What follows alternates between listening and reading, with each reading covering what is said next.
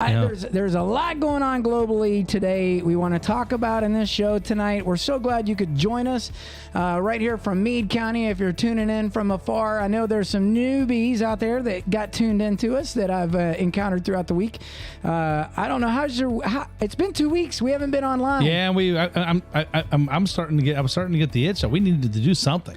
Well, and I had people coming up to me and saying, "Hey, when's the next show?" And I'm like, "Oh my gosh, life kind of gets in the way. We don't get paid to do this, not yet anyway. No, yeah, right. We hope to maybe one day in our life. It's a dream. We need a day off. Well, but we needed, we had to take care of some things in life to make sure that we. Labor Day weekend. Labor Day weekend was in there, and then we also, It was my fault. The other one was my fault. I had some competing obligations, and it was just starting to gear up.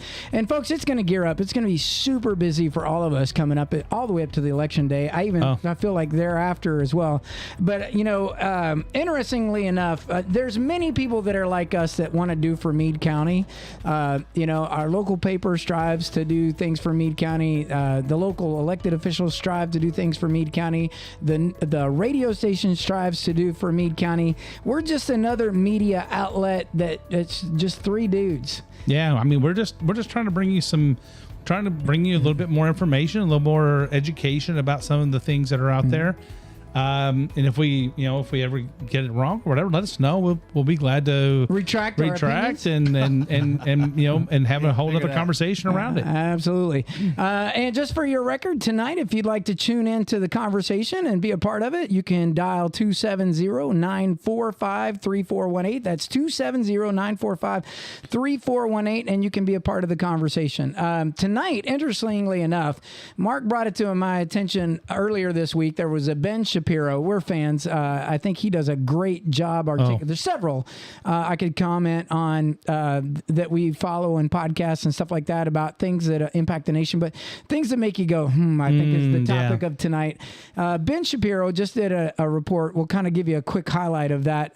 That it was about how we are doing in the gross domestic product, and then how we spend our money in military, and that how the two correlate to a world power. I thought it was an interesting article, Mark, you brought to my attention. Yeah, I think what it brings is how you can use it to predict what's about to happen or what could be on the rise. Right.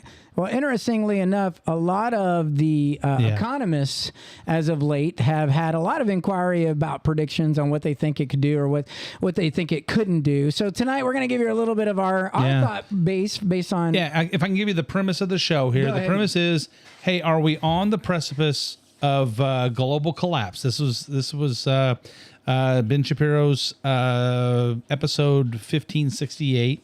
And interesting enough, he had a really cool YouTube channel that he introduced us to, called Ranking Charts on YouTube.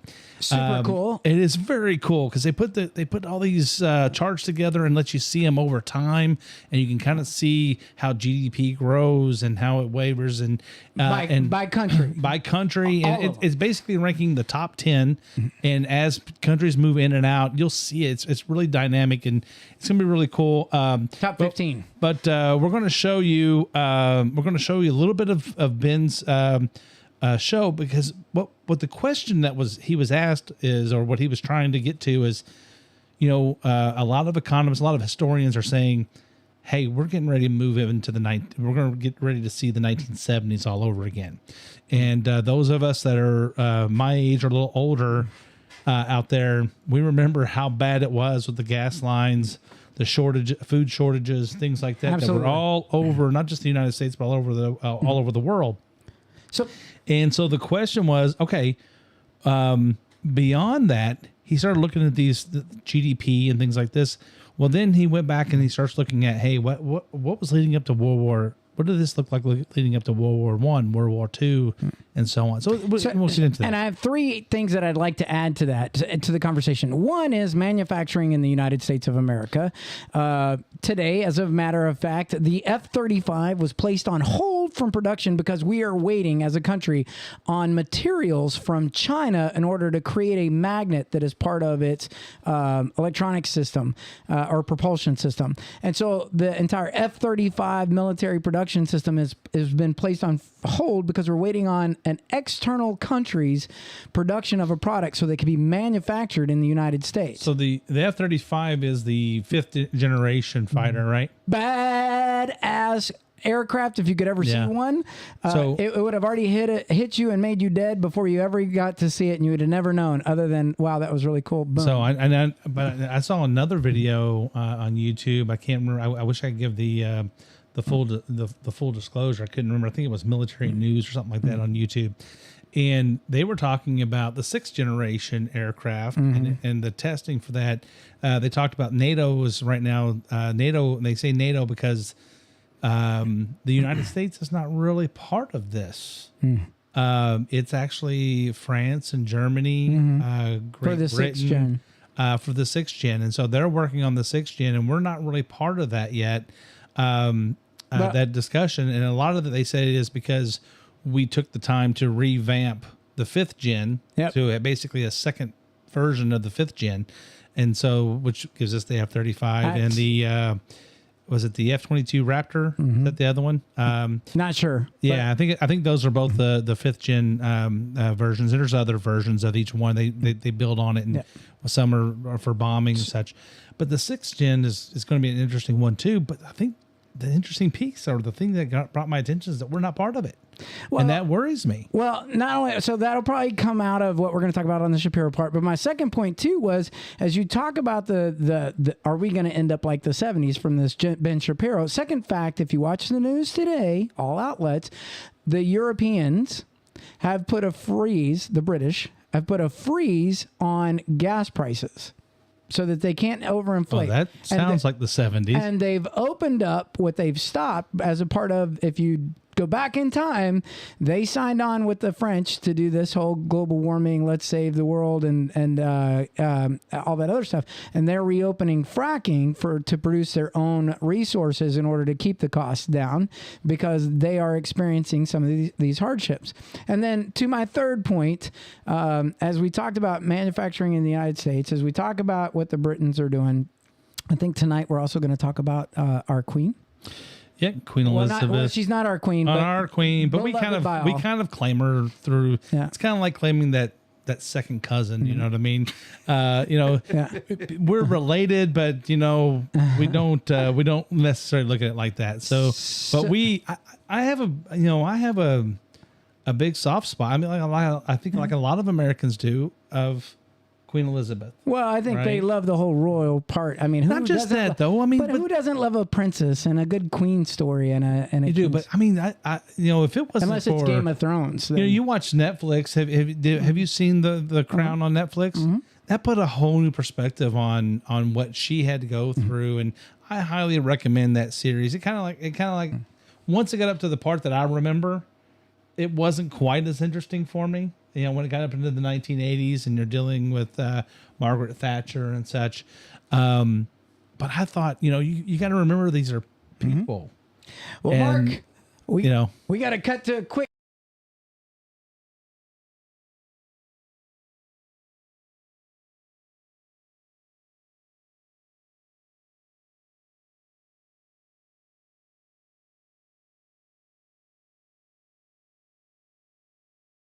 Way, Mark, let's turn it over to Ben Shapiro. All right, so we're gonna start in about we're about 13 minutes into his show. We're gonna play a little bit of it, just to kind of help our conversation along.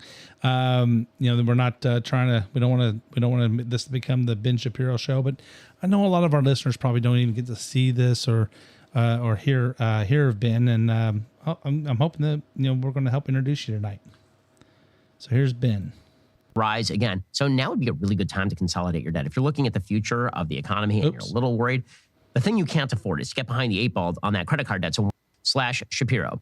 Go back to the We're zipping through, folks. So. Sorry about that. I didn't realize we were coming. The three periods we're going to look at are the period immediately preceding and then in the middle of World War I, the period immediately preceding and in the middle of World War II, and then the period from 1966 to the end of the Cold War, and then finally we'll look at at the modern period. So and we're not going to go that three, far. and then the We're modern just going period. to. So I've got let's the start side by by side up looking and at ready the to period go. leading Okay, up to good. World War I. So this is the top countries by GDP as of 1910, right before World War I. And what you see is in terms of the global economy, the United States is far and away the leader in terms of GDP by country.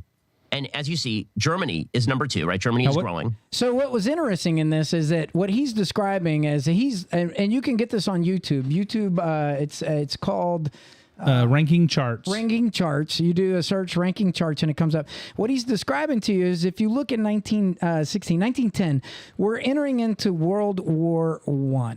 The world is at war, and U.S. is just out manufacturing. We're out producing. It's the industrial age of the United States. So Ford is... And where we're coming with this is why is it important that you keep your economy strong, right? Right. Because what you're going to see is that the United States has a strong economy, Keep playing it. right? Oh, Yeah. Yeah. Okay. No, it's the...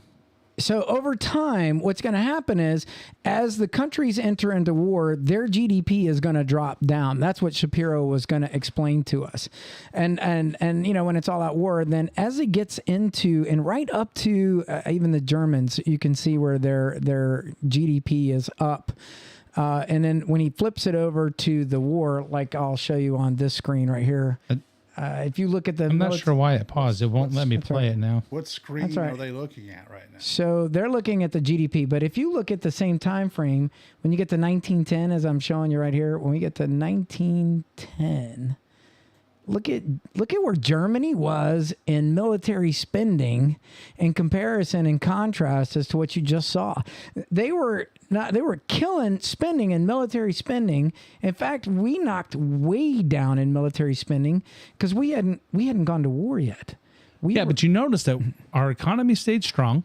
It did because we didn't. It stayed spend strong. It. We weren't. We spending weren't in the war, That's right? right. We stayed out of the war, so we were supplying others and throughout the war, specifically Europe, specifically the Allies in Europe. And we stayed out of it. So I'm going to go ahead and pause this out. No. We can, because I think this is kind of what we wanted to go to. And so I'm going to go ahead and close out. So Okay. All right. I'll bring you back up to the group. So I'll show you where we're at. So when we finally enter into the war, I'll go to 1942, and that's where kind of Ben Shapiro was taking us, right? Which war? You getting your wars mixed up. Well, down the bottom is World War II. So we're now back up to World War II. We jumped from 1910 all the way up to 1942, right? We're in 1942, and the U.S. military spending is through the roof. We have surpassed Germany. Take it back just a little bit. Do me a favor. Take it back. Yeah, there we go. Before This is 1930s. To see, we're not in the war. We're not really. I mean, our military spending is fairly minimal. Even the Soviet Union was ramping up. Yeah. But if I compare the same time frame to the Soviet Union in 1930, let's go to them. Hold on a second. Their GDP in 1930. You guys are confusing the Hold hell on. out of the viewers. Listen, we're talking about the comparison between spending of GDP and then the military spending. So our GDP was up. If I go to 1930, but our military spending was down, we weren't really engaged in the war until 1942. And then at that point, we started mega spending on stuff. And the point is that we kept our economy strong. We kept it growing. It grew and grew and grew. When we needed to get into the war, we had the ability go back to military spending and put it in around 1930 and let it play. Okay, so And what you're going to see, I'm at 1942. Hold on a second. Let me go back. Go back before then, before we got into the war. I'm going up to 1930. There's 1934. Our GDP. No, this is GDP. Let's go to military spending. Notice the Republic of China, or what is now China, and their fluctuation. And we're in millions of dollars. We're not even into the trillions. This is billions. I'm sorry. Before we get into the 2019 era. But, I mean, we are. What year is it? Now we're knee deep into 1943. World War II. We're 1943, 1944. But you notice our economy keeps growing because we don't have to rebuild in America. All right, now I'm up to the Right. 1970s. So I'm going to pause right there with our GDP for the 1970s, and this is where a lot of concerns come in. So I'll take our military spending up to the 1970s, 1973. Look, No, but don't go there yet. Go back and I want to show the comparison for right before 19. Go back to like 1940 and 1930, 1935. Well, we just did 1930. There's 1944. Well, we didn't do military spending. I want to show something. I want to show something before. Okay, there's 1930. Where's the United States? We're not even spending money on military I spending. mean, it's like we're in fourth place. We're down Right. fourth. Our right? GDP is We're up. not spending money. We're not spending money. We're spending a lot compared to the rest of the world, except for the 3 countries ahead of us. The ones that are all that's building right. up for war and are in We're war. spending $829 million. China, Germany, and France. Is that right? And Yeah, we're not even spending $1 billion. I don't it's think. Soviet Union, Germany, and France that are spending So now just push play, and watch what happens. the military spending. What year? It's moving up to 36. It's up to now 37. And see, everybody else is building up. They're at war. You see, We've reduced. yeah, we've reduced. Now watch how fast we climb in 1942. Now we're because in the war. We are going to war. We have surpassed everybody else's That spending. is what the United States. That's what the United States economy affords us. If we don't have a strong economy, we cannot do that. We cannot ramp up. Now I paused at 1946 when we ramped up, and this is 1946 here. Hold on. 1943, close enough. 1947. Look how far our GDP is in comparison to our military spending. Not only did we have a strong gross domestic product going into a major war. I guess now if I took us to Vietnam in the 70s and I do the same comparison, we actually take a dip. Yeah, the 70s is the end of Vietnam, though. You got to remember we were starting to ramp down Vietnam. And we're an all So our military, so our spending was starting to drop in the 1970s. The Soviet Union, though, you see it. They are spending. Our spending fell off a cliff. At Totally. the end of the 40s. Well, it is. 47, 48. Yeah, It didn't because we talking were about- developing nuclear weapons, and so the spending Hold on. Are you talking stayed about? up. Are you talking about military spending? Yes. All right. So I'll go back to that. Military spending you're talking about right now. 1944 military spending was still at $86 billion. Yeah, again, this is Ranking Charts YouTube channel. 60s makes sense because we were both in the nuclear race. Russia and us are side by side. The Soviet Union was building up, and we were in the middle of Vietnam. Well, So exactly. we were just entering Vietnam. So and the Soviet Union was building up, Mm-hmm. and spending a larger and larger portion of their GDP. This is what when you fast forward into the 70s, this is what allowed us to win the Cold War. Is that chart a product of gross spending, or is it percentage of GDP? No, the military GDP. is spending dollars. It's dollars. Yeah, how much did we spend as a country in dollars? And so, not to make it any more confusing than we already have, folks, I'll take us back to our group photo here. The point that Shapiro was trying to make is that all these economists are coming together and they're saying, are we about to run into the same tank, where we run out of gas and everybody outspends us, and like they did in the 70s? Where the Soviet Union is on the rise. Well, I don't think the Soviet Union is going to be on the rise, not with the hurt they've taken from their invasion in the Ukraine. However, China is in a reasonable position. And again, this goes back to why we need a president. We need somebody who's going to run our country, whether you're a representative, a senator, at your local government, somebody that's going to help enforce and create jobs in the United States, because we're manufacturing in the United States, and we're not. Key point: manufacturing. We can have high GDP without high manufacturing, and if we're not manufacturing stuff, Yeah, we're not making stuff. We're not ready for that ramp up. But there's a tie into that, though. It's just like what the British are doing right now. They had to go back because they're not getting resources at a affordable price to retain materials that they could produce in their own country. So they were opening up fracking as a methods to find oil or resources. our country is so full of resources that we can supply ourselves with these things that we're waiting on for F-35s. Open that up. Let our miners be miners. Let our coal miners be miners. Let our steel workers be steel workers. Let our, there's so many minerals that they use for chip development and things like that we know are here in the United States, but we go to other countries for. Where are chips made? Yep. Where are they made? In China. Well, they'll be made in Taiwan. Well, they're made in Taiwan. Most of our chips are made in Taiwan. But the silica right now is coming from China. Well, that's that the Taiwan gives us most of our chips. And what does China want the most out of that region? What does China want the most? Well, they want Taiwan. Well, they do, and they also want global domination. So obviously with their climb in military spending and their climb in building a gross domestic product, because if you look at the 2019 that I had up in comparison to the two, you had just looking at 2019, I'll pause it right here at 2018, and the military spending in 2019. China's GDP is on the rise. Ours is not on the rise. It's on the decline. We're still in the lead, but we're in the decline. But look as I switch back and forth. Military spending and GDP. Military spending, we're both the top two. But China, to your point earlier, is borrowing twice against themselves in order to build their military. Why? They're right now, well, they're borrowing for everything because they've created, they're kind of like Google in a way. I don't mean to say Google is like China, but in a way, Google. You know how Google, they're going to shut us down. You know how Google started out? They as Google started getting money, what did Google do? They had all these projects out there that they were doing. Google Earth, mapping every road in America. They had their they always had their search engine and such as their number one project.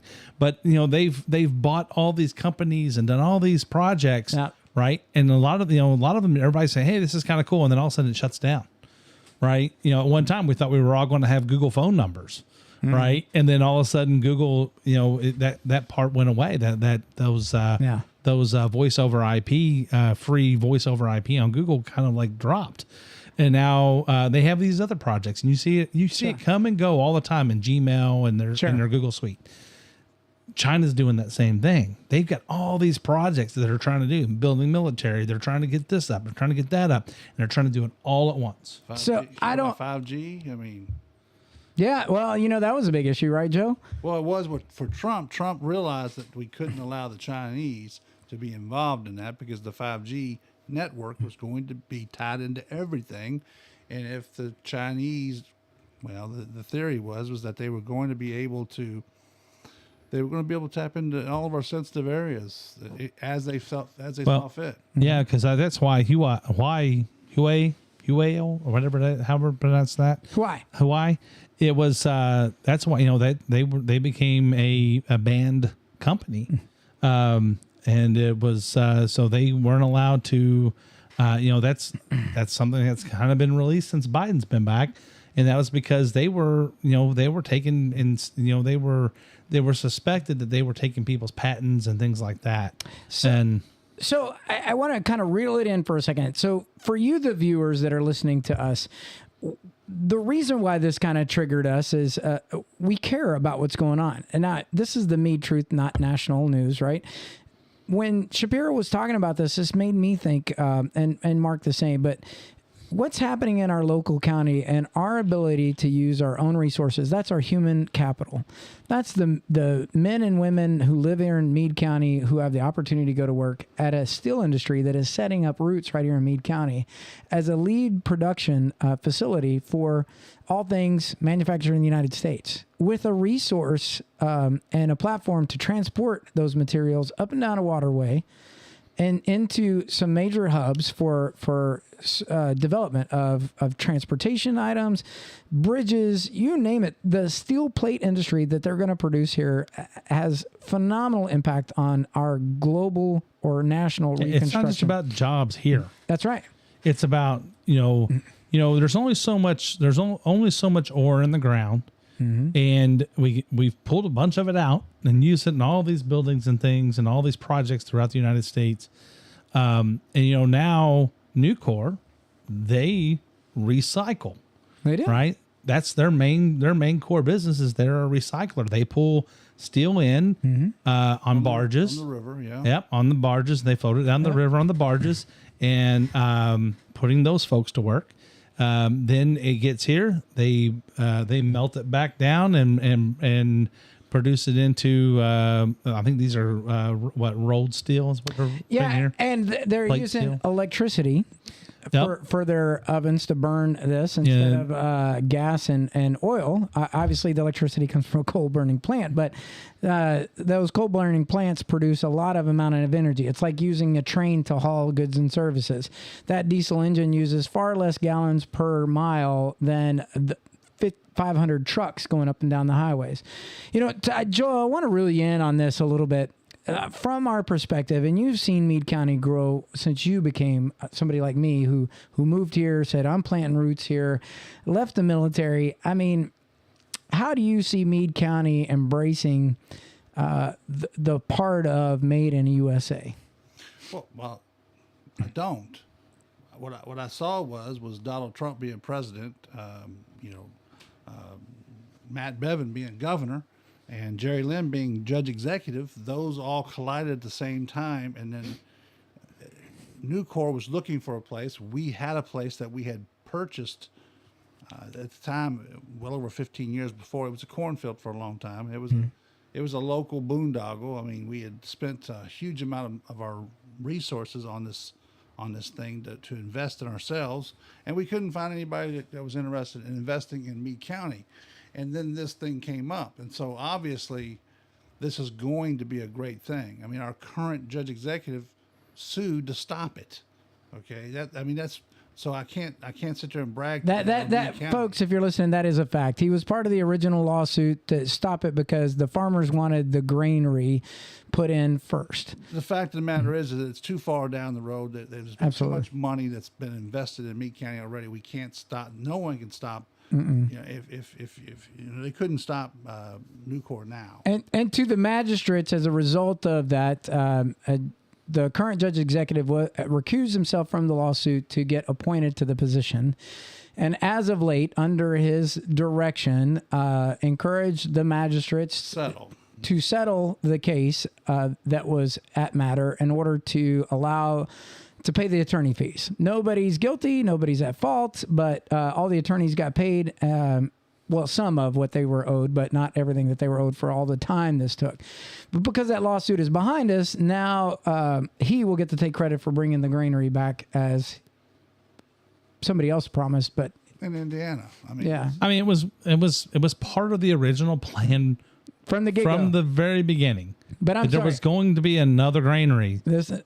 Billy Sipes, if anybody gets credit, Billy Sipes is the one that's been busting his hump on trying to get the granary, trying to get a new granary. Ryan Quarles has been part of that since the very beginning. Chapman,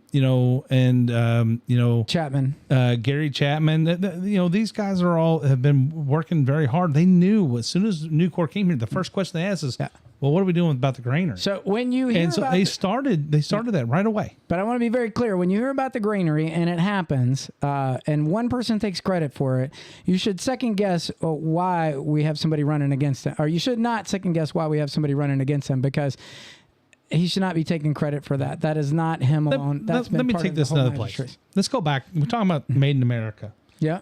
We're talking about, look at everything that's going on the nation, on a national scale. Yeah. I mean, they raided a former president's house because of because of sensitive documents. But they didn't do anything to Hillary Clinton when she had it on her personal she had it. I mean, so here's the thing. So there's a lot of people in Meade County who are frustrated by this, right? You hear people talking about it all the time. Yeah. What can they do? They can't just get on the, are they going to get up on the phone and scream at somebody? Or are they going to get, no, let me tell you what you do. Let me tell you, this is for everybody. This is for everybody out in Meade County. Vote and vote Republican. And let me tell you, I want you to do this.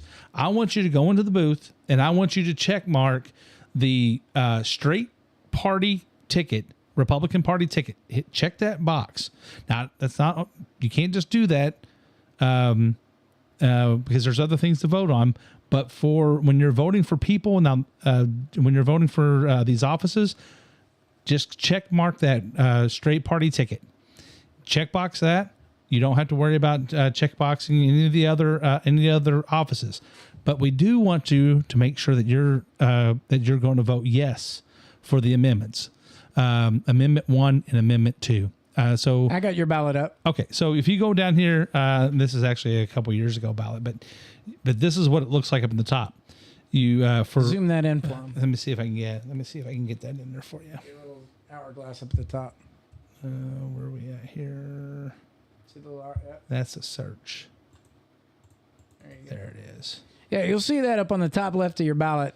Yeah, you'll see this on the ballot, and you'll just fill in the Republican Party, and then But the reason you're filling in Republican Party is to make a protest. exactly. All the national, you're going to get people's attention. Yeah. Yes, because this is calculated, this is tracked. People see it's actually announced. I think even on the radio, how many people voted straight party. So, Republicans this many, Democrats this many. Go out there and make that check and make that your protest. I want to be clear to a lot of my Democratic friends that are out there because they believe a lot about almost on the same lines. They're very frustrated because their party's not what it used to be. Right. And some of them are not going to change. That's a family tradition. It's not going to change. But I know they're as frustrated as we are. We've met them door to door. Yes. And so what Mark is saying is don't change your party. You don't have to do that. I'd love for you to change your party. I think you believe the same things we do. However, send a message to your party to get their crap together by voting the straight party ticket because we know you're frustrated. We talk to you. Yeah. I mean, if we go in there, if we come out, Meade County has, right now we have 23,000 voters. You know, they say voter turnout's going to be low. Well, let's get this in the 60s and 70%. Let's get out there and vote. Let's get every if we can get every Republican to come out and vote, if we can get the conservative Democrats to come out and vote that straight party ticket, that's going to be the biggest protest you can make because it's going to make the news. It's going to make the news. Somebody's going to say, "Oh my goodness, look at all the people in Meade County. What's going on?"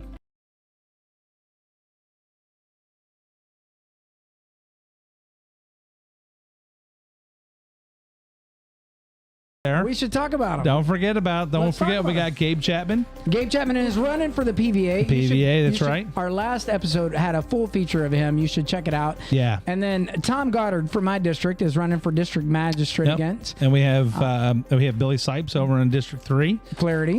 We have Trey Webb, who's not a current magistrate, but he is running out in the 6th district. He could really use your vote out there, guys. And Trey's this is, I think, his second time he's been put his name in the hat. Really wants to be able to come out and represent you guys. We also have Sheriff Wimpy. That's right. He's on the ballot. Susan Masterson is on the ballot for county clerk. Thank you, Susan, for putting together some of these talking points that I have tonight because I've got some information on the election. I want to make sure we can bring that up here in a bit. You can also go to Susan's Facebook page, connect with her. We did an episode with her recently. You can go back and look at those clips, and then you can hear from her directly. And she is more than open to answer any questions you have about her past, her current reign as the assistant county attorney and our county clerk. Chief deputy. There is a title. Chief deputy, and her role that she's played all these years under the supporting. Oh my God, I just went blank. The current county attorney. She's going to kill me for this. Judy Jordan. Sorry. Thank you. I just saw them a couple of weeks ago. I'm official. I've got a whole list of names here to say, and Judy's not on there because she's not running. I know, but Judy, I'm so sorry. Please forgive me. I don't know how I did that.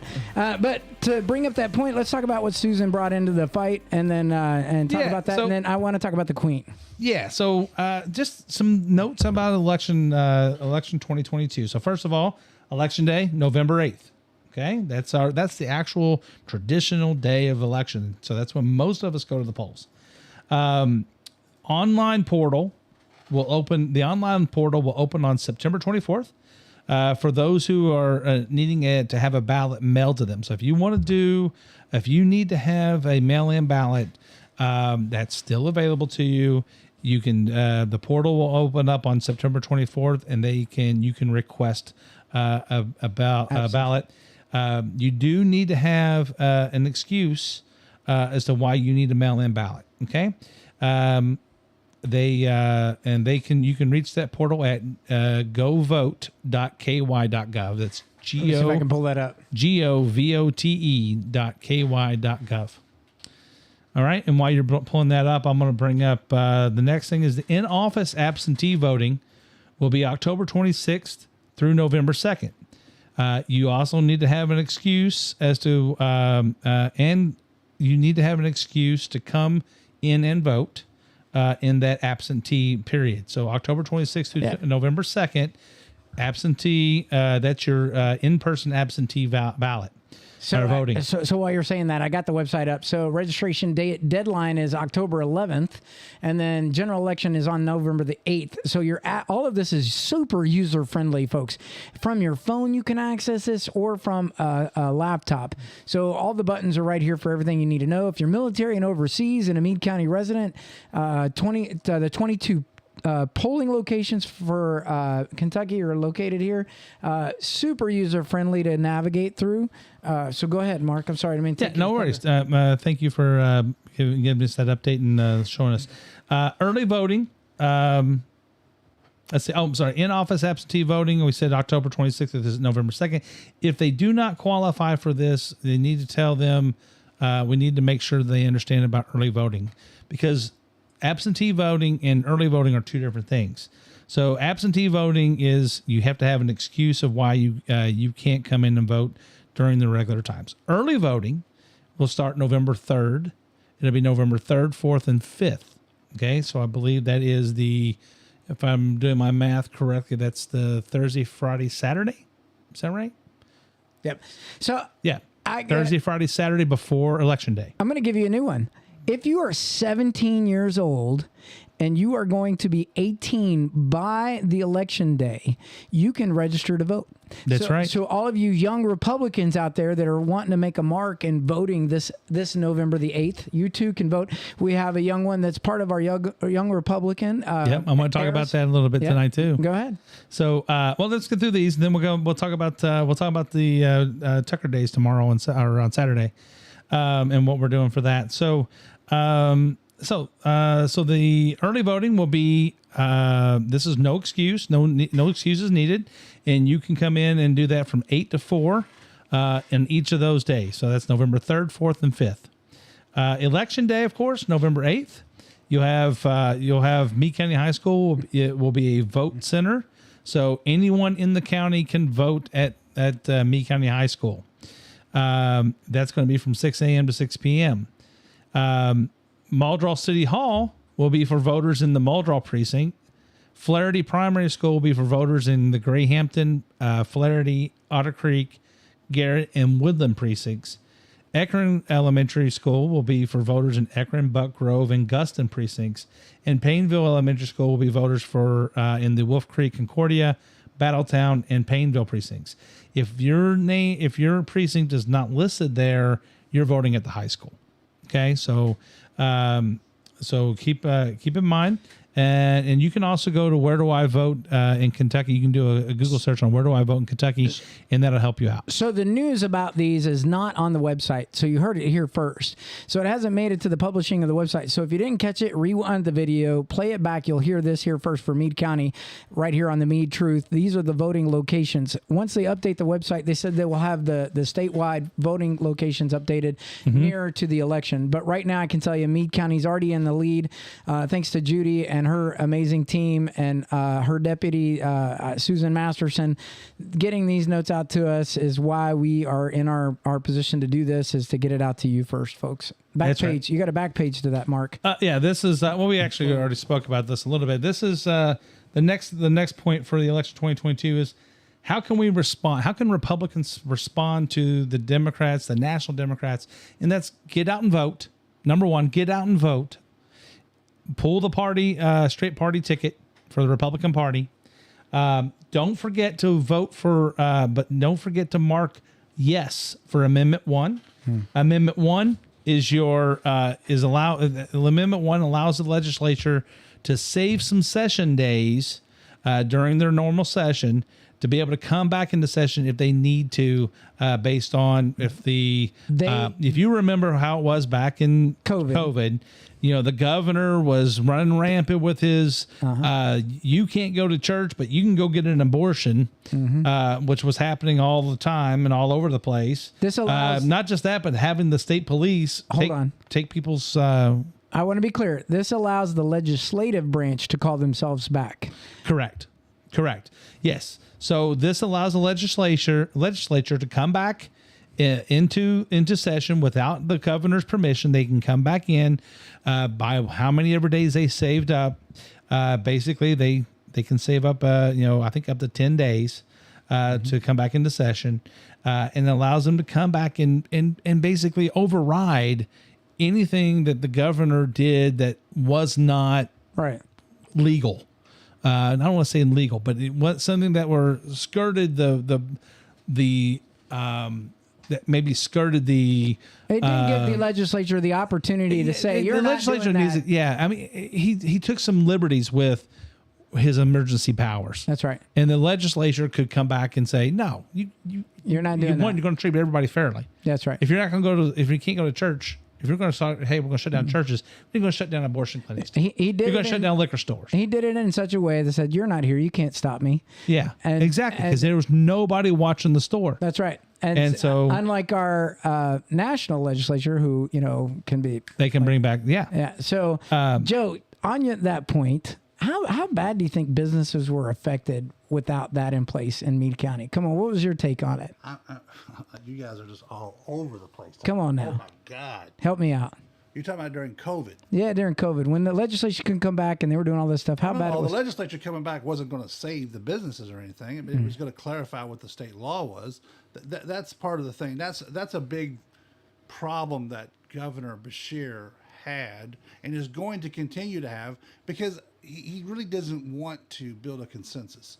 He doesn't want to call the legislature back into session and say, you know what, guys, we got an unprecedented situation here. I need your assistance in making a consensus for the whole state, because we need to close schools, or we need to close this, or we need to do that. And then we can have it all debated out. And then we all, as one government, in a unified situation, then we decide.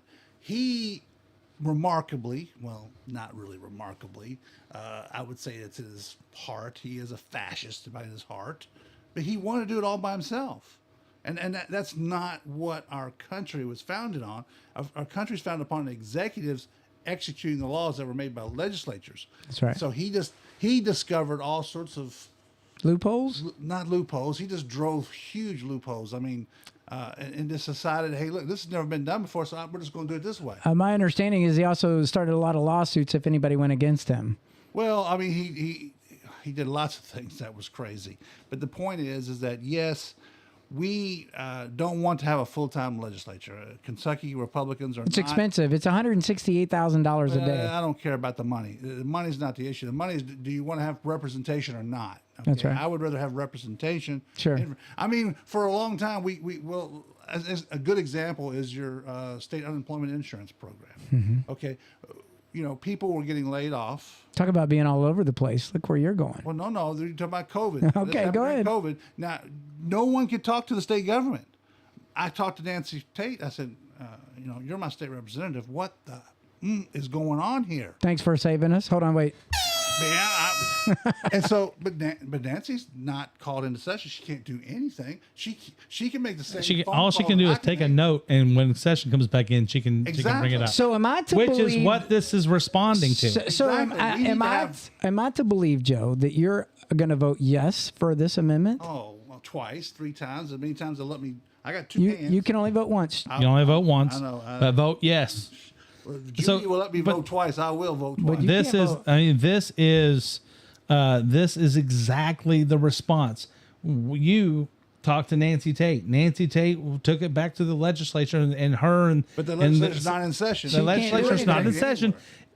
That's why we're waiting for a whole year. And not just that, we have to have an amendment to the Constitution, because the Constitution of Kentucky dictates that the legislature cannot come in to call itself back into session. That's correct. Right? It has to be the governor according to that. So we need you to vote yes. This amendment is to make sure that they can save back some days, which they're doing that because they don't want to have to spend extra money. They're going to say, "Hey, we're going to save that $168,000 that we should that we have the right to spend right now for every day in session. We're going to hold that back, and then when we need to, we're going to come back into call ourselves back into session and be able to respond to whatever emergency powers."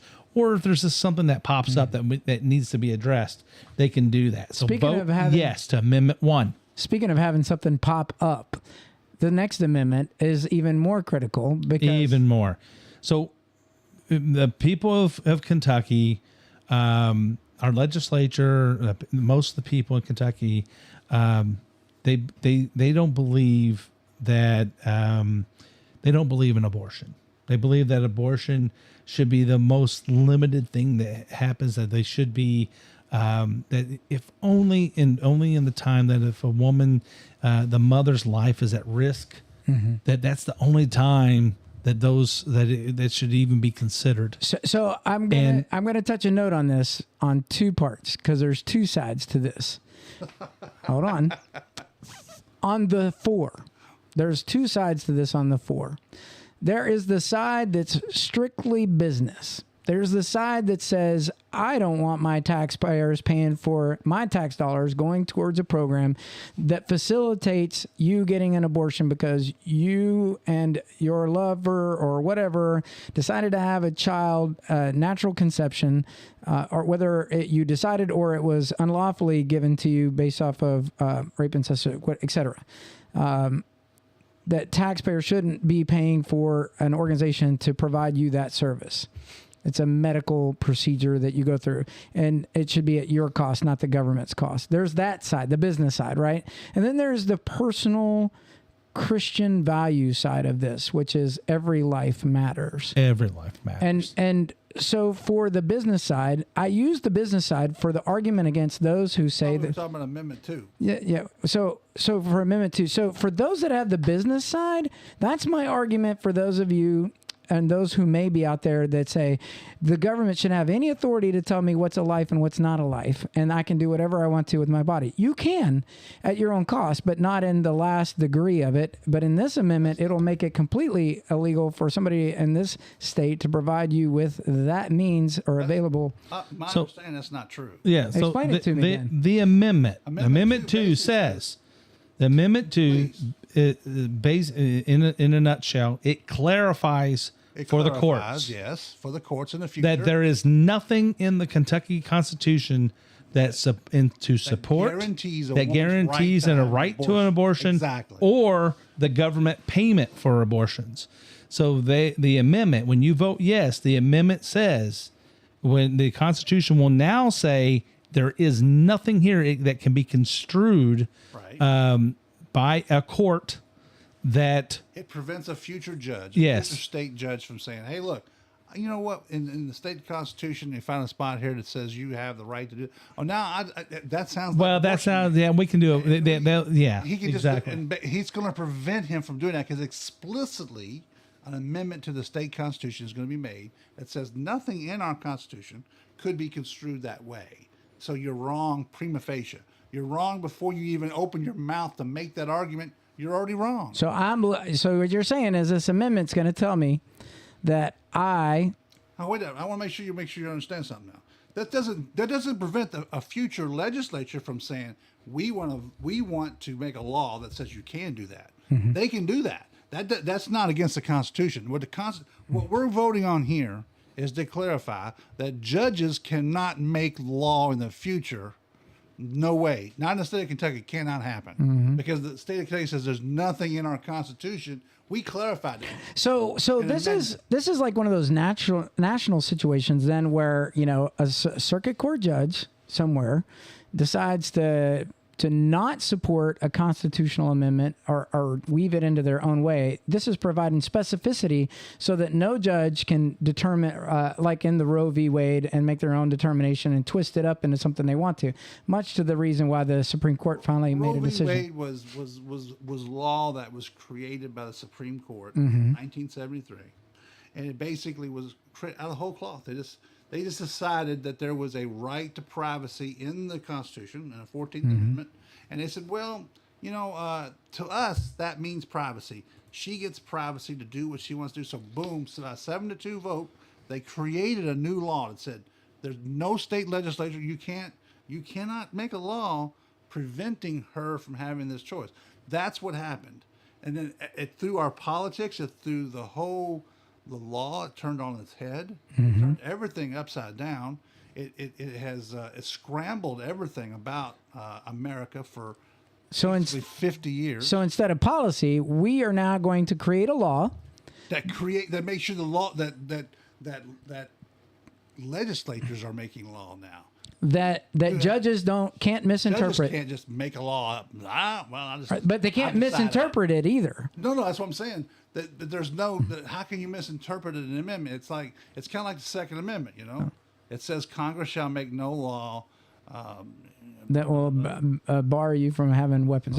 So to Mark's point, you should vote yes for this too. Because basically, I don't want you to think it's not pro-life versus pro-choice. So no, this is basically clarifying that the Constitution of Kentucky does not have any implicit right to an abortion, or the right to have your abortion paid for by the tax dollars. Right. So 2 yeses to vote for on the ticket.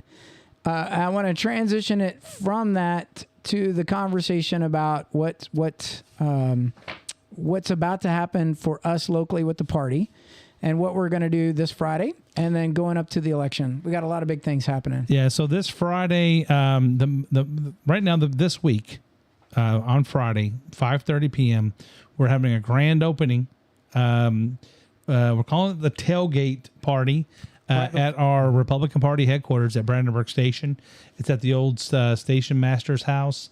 It's at 2714 Brandenburg Road in Brandenburg, Kentucky. The signs are out there. You see Meade County Republican Party. You see Troy Koch sign. Troy Koch signs.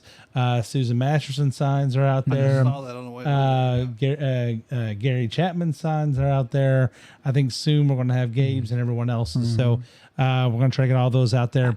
But the whole point of having this, what we want to do is on Friday, we want everybody to come out and have a good time. If you want to come and just hang out, and talk to some of the candidates, absolutely, or get some information, some literature, or just come out and celebrate with us. Free hot dogs. We're going to have hot dogs. Joe's bringing hot dogs. We're going to have a couple of pots of chili. We're going to try to do it upright. It's a tailgate, so some people are just bringing some snacks and things to share, like you would at any tailgate party. And then, and the reason we're doing a tailgate is because there is a Meade County football game, we want to be respectful. That's why we're starting at 5:30. We're starting the tailgate party at 5:30. I think the home game starts at 7:30. So come out, spend an hour or so with us, get some food, some chow, and then head out to the football game. Now, if you can't stop by, but you're going on your way by to the football game, honk. Let us know. Let us know you're in favor of the straight party ticket, or you're just a Republican, or you're just proud to see us being out there. Definitely make your presence known. What else is coming up, Mark? So we've got our regular scheduled meeting coming up for the third Monday. That's going to be on the 19th. That's going to be at the headquarters. We've got it set up there, and we want everybody to come out and just be part of the party, get involved, find out about the different the different ways you can be involved. Guys, we always can use some walkers. We need people making phone calls and such.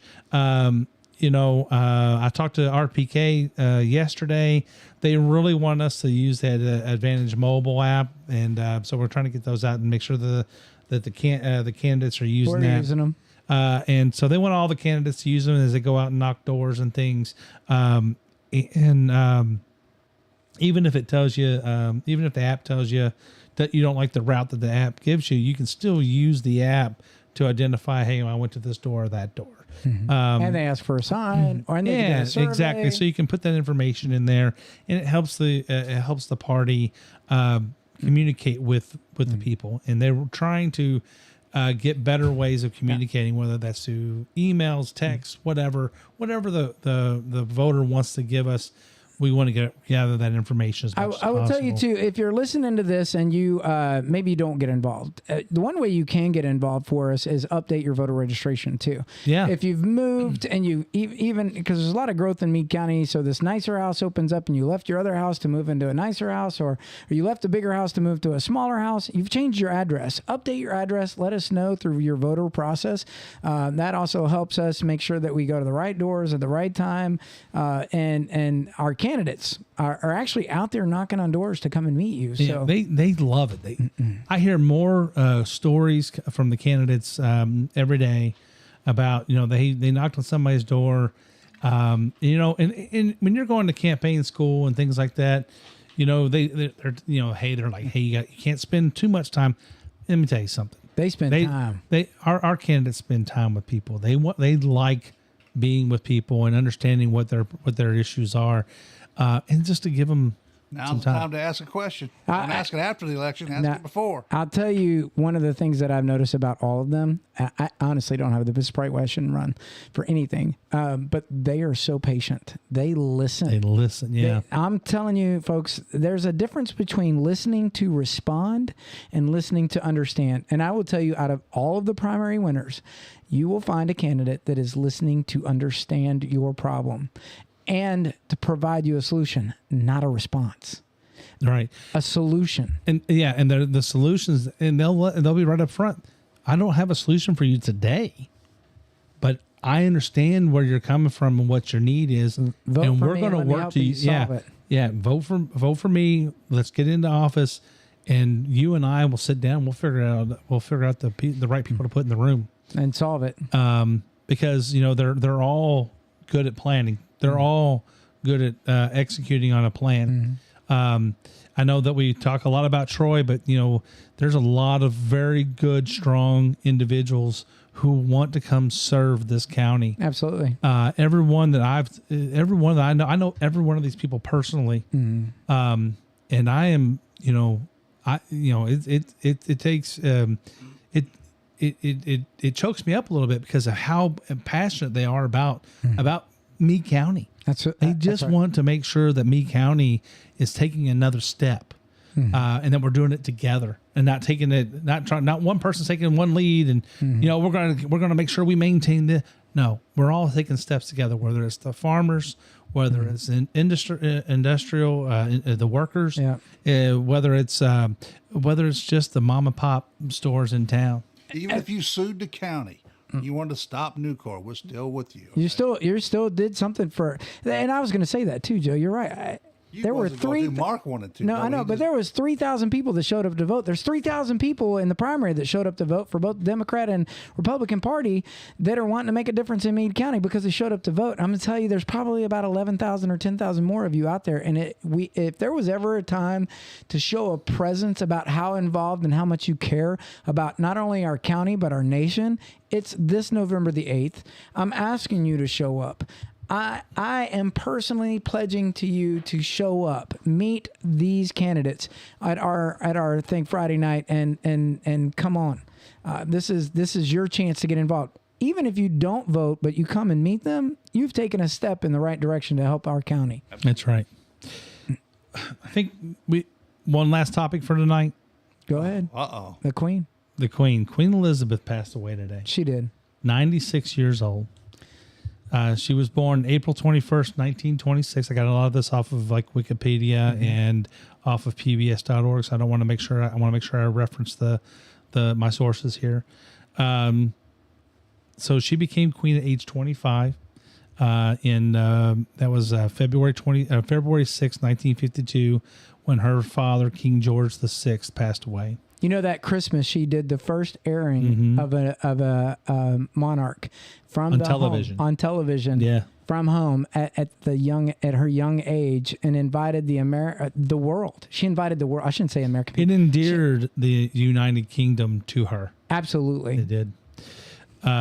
So at 70 years, 214 days, she was the longest reigning monarch of Great Britain or the United Kingdom, and the second longest overall to Louis the 14th of France.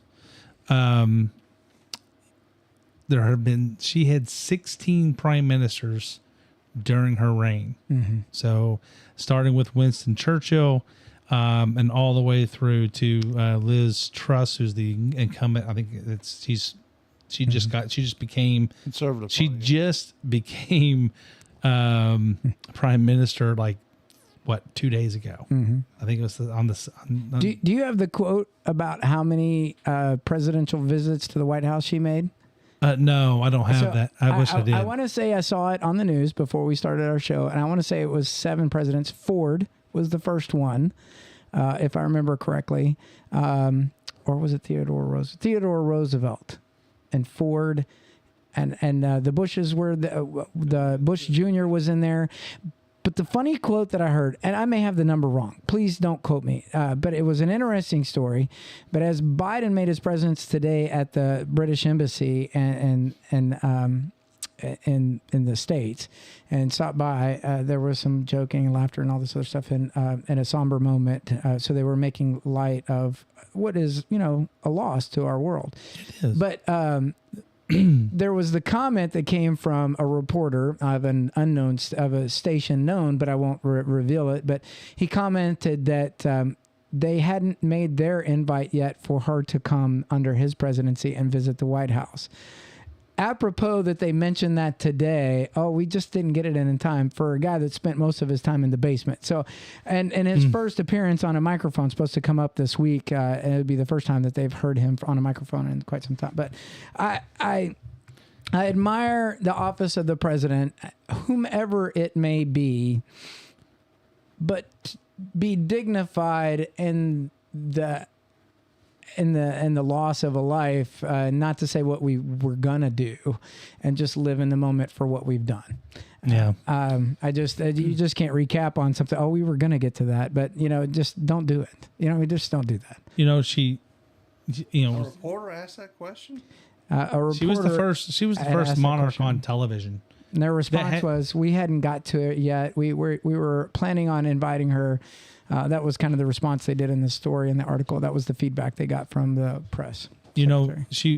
She had to be queen Obviously, on TV. How did that make you feel? Well, no, I don't know. I don't know why someone would ask that question. I mean, we could go visit her. We could. And they did. Biden did, to his credit, go and visit Biden's her. been president for less than 2 years. Him and his wife just had a recent visit with her in Britain previous to her death. But they had not had the opportunity to make the invite for her to come to visit in the White House. I just thought it was comical to even have the discussion. Just don't even discuss it. It's not worthy of news. It's not the time. Yeah, exactly. This now means that Prince Charles becomes King Charles III. Do we know when they're going to do the actual coronation? I'm not sure.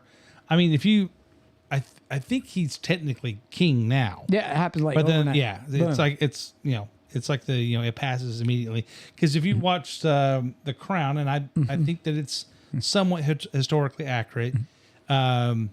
If you remember, she was actually on tour as princess when her father passed away, and she immediately became queen. Yeah. So It wasn't- and I'm getting that mostly from the TV show that was on the Netflix show. But I think it was pretty accurate, I bet and it it was happened pretty quick. immediately. Yeah. It's basically she's queen. Yeah, but I'm talking about the coronation was there quickly. Yeah, after. that's the coronation is the blessing, right? Yeah. It's like when the church recognizes her as the head of the church, and much like all the that. weddings that we've seen over the right. decades, yeah. I So gotta tell you, boys, man, I'm an American, and I couldn't care less about this. You couldn't? Not even a little bit. You don't think that some of the American people are a little bit enamored by the idea of the monarchy? I'd care more about the process for how we hand over executive authority in our own country. And that's to me, Well, no, I mean, that's more interesting. I mean, I take that. That's not a let's put it bad this way: if we were talking about the president passing and the queen passing at the same time, I'm going to talk about the president passing because I think it's going to be more in front of us. We talked about the queen passing. You know, she's walking. She was walking, talking history for a long time. Yeah, she was in a room with a lot of different things going on since 1920. I mean, she was. I mean, she became queen in 52. 52 when she. Yeah, she was born in 20. She was born in 26. Ceremonial position. I mean, the prime minister makes decisions. The queen doesn't make decisions. America. I got you, Joe. America. Well, and I get that, and it's okay. I mean, but I don't think it hurts for us to take a moment and just remember, to Joe's point, a pretty outstanding person. Yeah. To Joe's point, though, there are people in our party that were pretty upset when the Democratic Party didn't give credit to Trump as our president of the United States. There are many in our party that don't want to count Biden as our president of the United States. In the last two elections, we have had such a disruption of respect for the office of the president of the United States, whomever got elected. We can debate, we can argue, we can criminally expose the corruption or whatever about voting this and voting that. Well, there's a lot of dead Democrats rolling over the graves right now because they don't get to vote this year because Kentucky spent a lot of time cleaning up their polls. Let's hope.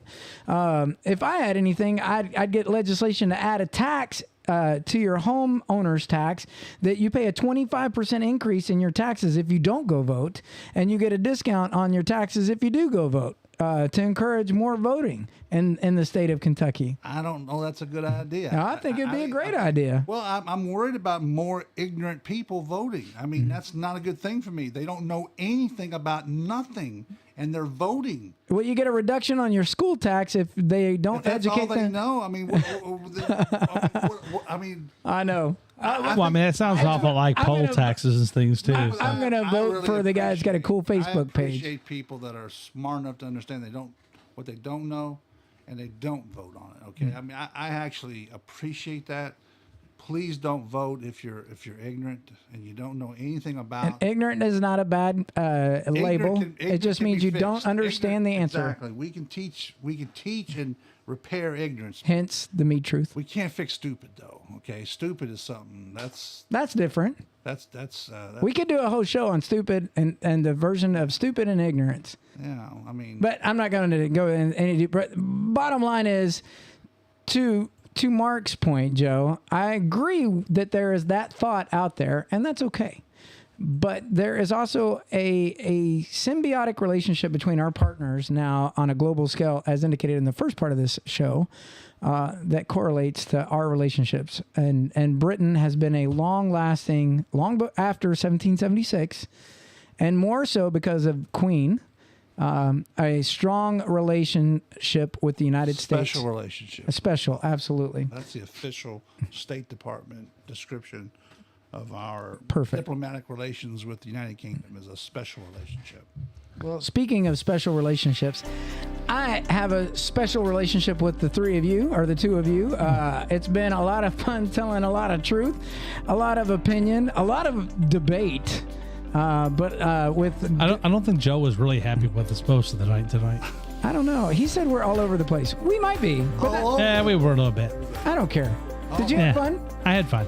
And we introduced some people to some new stuff. So I got to tell you a little secret. I got an invite. Talk to Nancy. There's a young lady running for a Republican office in Louisville. That's for the district, for the representative there. That'd be a good partner with Nancy in office. And I'm reaching out to her to maybe help do some social media stuff with them and help get another great representative in office. And we may be called upon to do some more work up in our Louisville neighbors. Sounds good. So for everybody out there that stayed tuned to us, A lot of stuff going on tonight. We just wanted to have fun and have a conversation. If this interests you, go check out the Dave Shapiro show that he does. Then check out the YouTube site. If you want to look at some interesting facts that rankings that they do for YouTube. Yeah, ranking charts on YouTube. Super neat to watch and things that make you go, And especially if you're an involved registered voter, this is how you get informed. Thanks for tuning in, folks. We're glad to have you here. Have a good night. Go vote. Good night. Vote Republican.